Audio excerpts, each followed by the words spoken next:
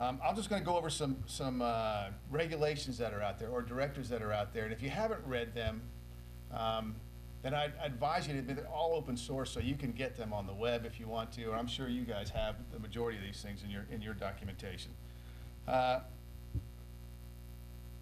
SCRS, if you haven't heard of that, the State Coordinator for Reconstruction and Stabilization, you need to get on the State Department website and read about them, because they were started or established in 2004 as the focal point for U.S. government coordination for stabilization and reconstruction.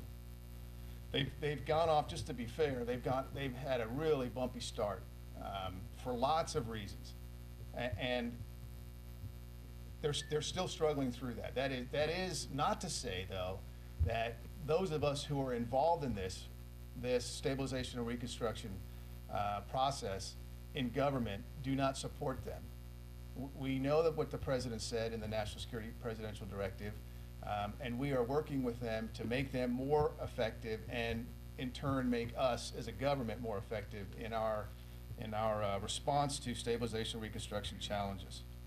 So we have the NSPD 44, National Security Presidential Directive 44. Again, I'd urge you to read that if you haven't had a chance to read that. The DoD Directive, Department of Defense Directive 3000.05. You need to read that if you haven't. And then my ultimate boss, the Director of Foreign Assistance, Henrietta Fore, who has been nominated. She needs to go to one more hearing, or voted out on the main floor of the Senate, and hopefully then she'll be confirmed as the second director. But this is significant in that, for the first time, the Director of Foreign Assistance, who is responsible for managing all of our U.S. foreign assistance, is also dual-hatted as the administrator for USAID.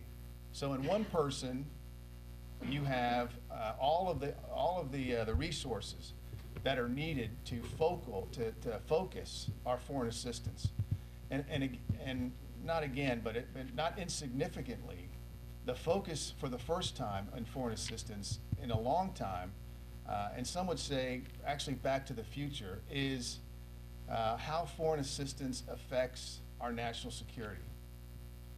And I say the focus is because in 1961, when President Kennedy convinced Congress that he needed an agency for international development, it really was as a direct result of attempting to address the growing tide of communism in third world countries.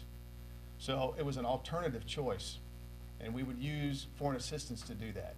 And we kind of strayed away from that over the decades.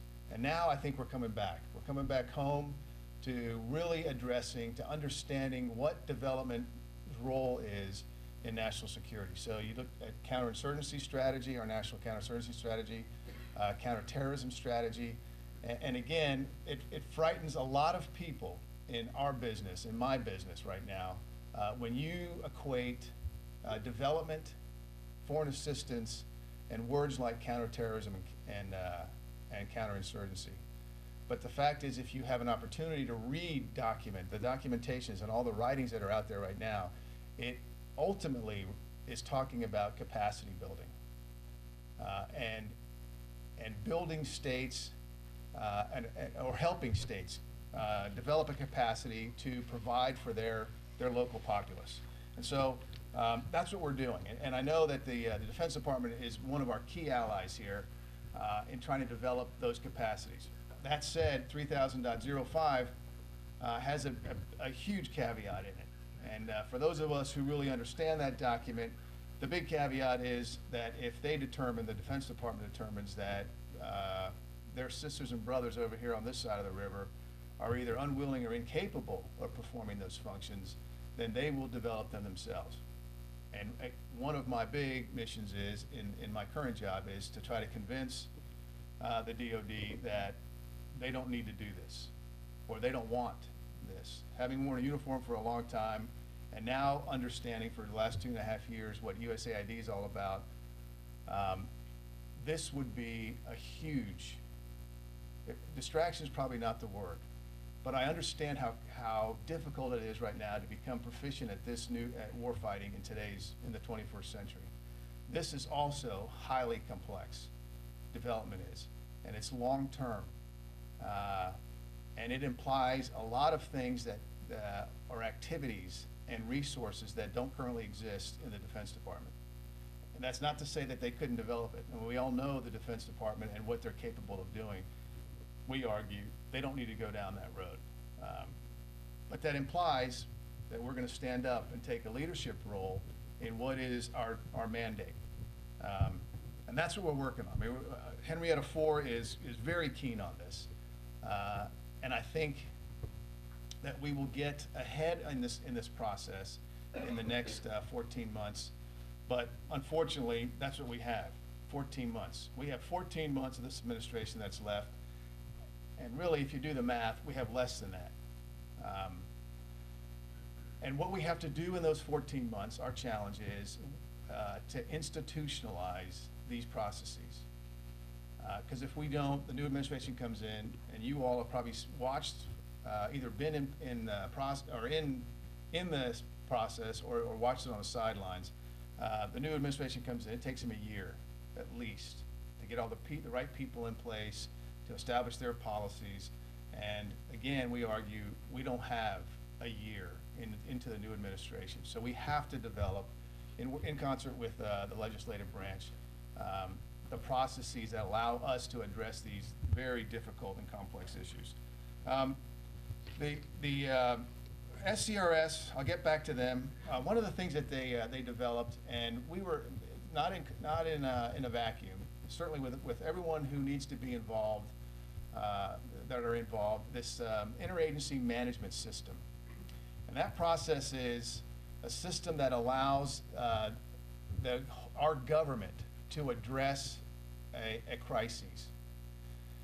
It consists of a policy coordination committee, a team that goes out to the respective combatant command to help that staff work through processes if the military is going to be involved in it. And it also addresses the forward deployment and sustainment of interagency teams at a country level to work through the processes on the ground. And of course, I mean, I say that's pretty easy to say. And for those of you who've been in the U.S. government or any other government, you know that's probably the easiest thing we can do right now, or I can do, is talk about this. The activities that are involved in making this a reality are monumental. But there are a lot of people in government, in our government anyways, who are seized with it and want to make this work. You all, representing a lot of partners or implementing partners, contractors, well, I consider you will have a large part to play in this. The fact that the U.S. government doesn't have the capacity to do this internally implies that we will quickly be in a process of, we already are, of outsourcing a lot of this. And you all do this thing on a daily basis already. I can only see this expanding in the near term. And near term for me, near term government, 10 to 20 years until we can build up a capacity. There are engagements right now with Congress in both state and AID for AID specifically to double our Foreign Service Corps by the year 2011. So we only have 1,000 right now, if you can imagine that, in 80 countries. We will grow. We've asked for an additional 1,000, starting with 140 this year and 350 next year, and so on, till we get to 1,000. Now, interestingly enough, you know, I get brought back to reality a lot of times here. So I go talk to my DoD brethren over across the river, and I ask them, hey, can you help me? Can you support us on this? And one of our key interlocutors over there is the J5, General Sadler. That's a great guy. And the first thing out of his mouth is, why only 1,000? 1,000 is not even it's a battalion task force, and you have 80 countries you're dealing with. But for us, it represents a doubling of our Foreign Service Corps.